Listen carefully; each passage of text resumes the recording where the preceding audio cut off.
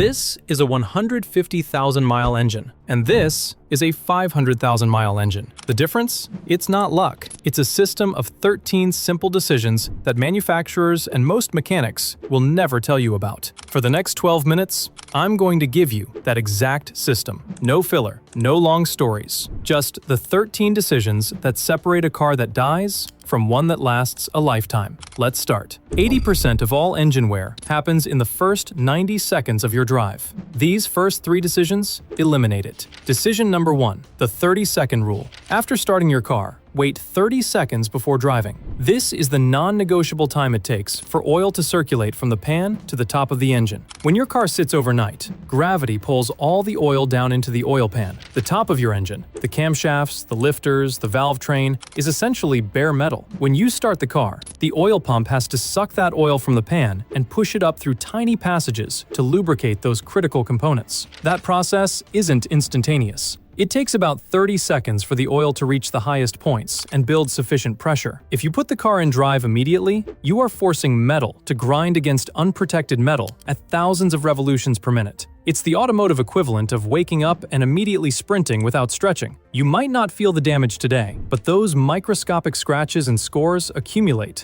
leading to premature wear, loss of compression, and eventually catastrophic failure. 30 seconds. That's all it takes to save your engine from itself. Decision number 2, the cold start myth. Long idling does not warm your engine, it destroys it. The myth is that letting your car idle for 5 to 10 minutes is a gentle way to warm it up. The reality is that at idle, the engine isn't running efficiently. It's in what's called open loop mode, where it dumps excess fuel into the cylinders to ensure it keeps running. This raw, unburned fuel is a solvent. It washes the protective layer of oil right off the cylinder walls, leaving the pistons and rings to scrape against the cylinder bores. This is called bore glazing, and it's a one-way ticket to lost compression and increased oil consumption. The correct way to warm up is to drive gently. This gets the engine up to its optimal operating temperature faster, gets it out of that rich fuel mixture mode, and allows the oil to warm up and protect everything properly. Which brings us to number 3. Decision number 3, the first mile protocol. For the first mile, keep RPMs under 2,500. Your engine isn't a single piece of metal. It's a complex assembly of different materials: aluminum blocks, steel cranks, various alloys for pistons and rods. These materials expand at different rates as they heat up. By driving gently for the first mile, you allow for a smooth, uniform thermal expansion. This prevents microscopic stress fractures from forming between components that are expanding at different speeds.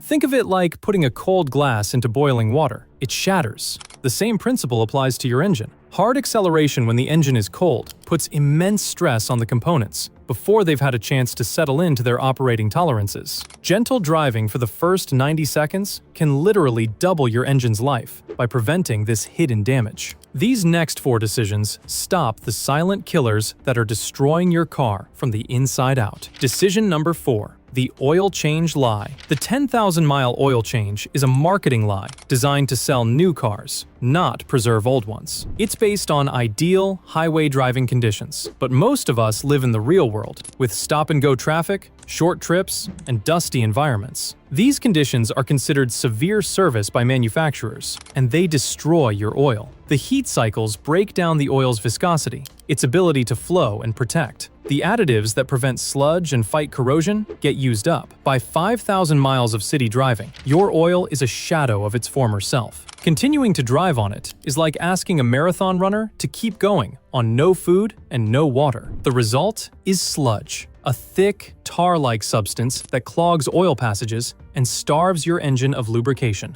The rule is simple: full synthetic oil every 5,000 miles. It's a $70 insurance policy against a $7,000 engine replacement. Decision number 5. The transmission secret. Never get a high-pressure transmission flush. It sounds like a good idea, power washing the inside of your transmission, but on an older vehicle, it's often a death sentence. Over time, microscopic particles of clutch material wear off and circulate in the fluid. Some of these particles can actually help the aging clutch's grip. A high-pressure flush can dislodge these particles, along with other gunk, and clog the tiny passages in the valve body, the brain of your transmission. This leads to shifting problems, slipping, and complete failure. The correct, safe procedure is a simple drain and fill every 30,000 to 50,000 miles. This replaces about a third of the fluid, gently introducing new additives and removing contaminants without the risk of a high-pressure shock. This is the most overlooked task that prevents the $5,000 repair that sends most cars to the junkyard. Decision number 6. The coolant conspiracy. So-called lifetime coolant is a trap. Coolant, or antifreeze, does two things. It prevents freezing and boiling, and it protects the engine from corrosion. The anti-corrosive properties come from a package of additives. Over time, these additives get depleted, and the coolant's pH level drops, turning it acidic. This acidic fluid then begins to eat away at the soft metals in your engine, the aluminum radiator, the water pump, and, most critically, the head gasket. A failed head gasket is one of the most expensive repairs you can face. Lifetime doesn't mean the life of the car. It means the life of the coolant's protective additives, which is typically 5 years or 100,000 miles. A $150 coolant exchange replaces the old, acidic fluid with fresh, pH-balanced coolant, restoring that vital corrosion protection. Period. Decision number 7. The air filter blind spot. A clogged air filter suffocates your engine. It's that simple. Your engine needs a precise mixture of air and fuel to run efficiently, typically a 14.7 to 1 ratio. A clogged air filter restricts the airflow, forcing the engine's computer to compensate by injecting more fuel to maintain the ratio. This is called running rich. It washes oil off the cylinder walls, fouls your spark plugs, and can even damage your catalytic converter. It forces the engine to work harder, run hotter, and burn more fuel. Think of it like trying to run a marathon while breathing through a straw. You're putting immense strain on your entire system. Check your air filter at every oil change and replace it once a year, or every 15,000 miles. This $15 part prevents thousands in long-term engine strain. These 4 decisions take 5 minutes a week. They are the difference between total reliability and being stranded in a parking lot. Decision number 8. The weekly walk-around. Every Sunday, walk around your car. This isn't just about admiring it. You're performing a pre-flight check. Look at the tires. Is one lower than the others? Is there a bulge in the sidewall? Look underneath the car. Is there a new drip spot on the pavement? A green drip is coolant. A black drip is oil. A red drip is transmission fluid. You're not diagnosing the problem. You're spotting it when it's a small leak, a $50 fix, not a catastrophic failure that leaves you stranded and costs thousands. Decision number 9. The tire pressure ritual. Proper tire pressure isn't about gas mileage. It's about protecting your suspension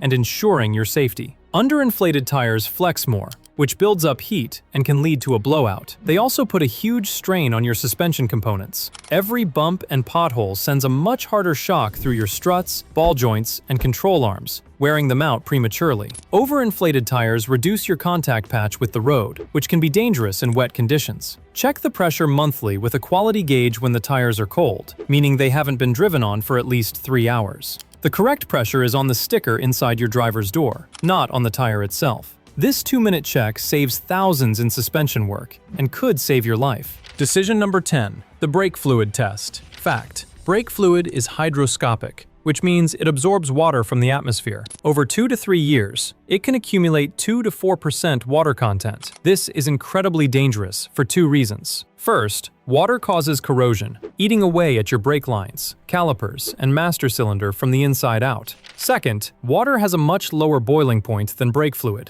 In a panic stop, or on a long downhill grade, your brakes get hot. If the water in your brake fluid boils, it turns to steam, which is compressible. You'll step on the brake pedal, and it will go straight to the floor with no stopping power. This is called brake fade. Use a $10 electronic tester once a year. If it shows over 2% water, change the fluid. This isn't a suggestion, it's a critical safety check. Decision number 11. The battery terminal clean. That fuzzy blue or white corrosion on your battery terminals is copper sulfate. It's an insulator. It chokes the flow of electricity from your battery to the rest of the car. This increased resistance makes it harder for your starter to turn the engine over, and it forces your alternator to work much harder to recharge the battery, leading to premature alternator failure, a $500 plus repair. Cleaning it off is simple. Disconnect the negative terminal first, then the positive. Use a wire brush and a mixture of baking soda and water to neutralize the acid, and scrub the terminals and clamps clean. This 60-second task is why some cars start for 20 years without issue. Finally, the 2 meta decisions that govern all others. This is the mindset. Decision number 12. the logbook habit. Get a simple notebook and keep it in your glove box. Every time you do anything to your car, write it down. Date, mileage, what was done, and cost. This isn't just for obsessive-compulsive people.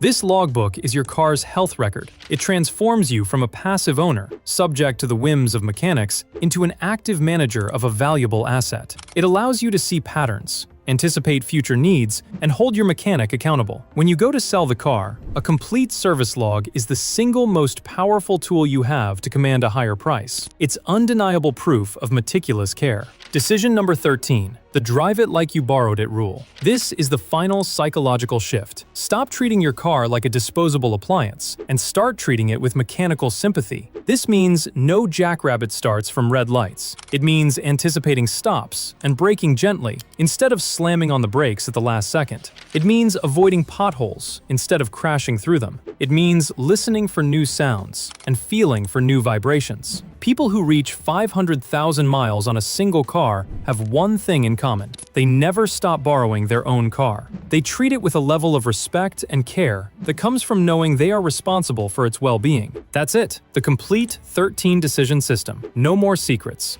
You now know what 99% of drivers don't. So here's the challenge. Don't just watch this video. Pick 3 of these decisions and master them this month. The 30-second rule, the 5,000-mile oil change, and the logbook. Start there. Which 3 will you choose? Let me know in the comments below. And if you found this valuable, like the video so I know to make more content that respects your time. Now, watch this video on the single biggest mistake that silently destroys automatic transmissions. Click the screen now.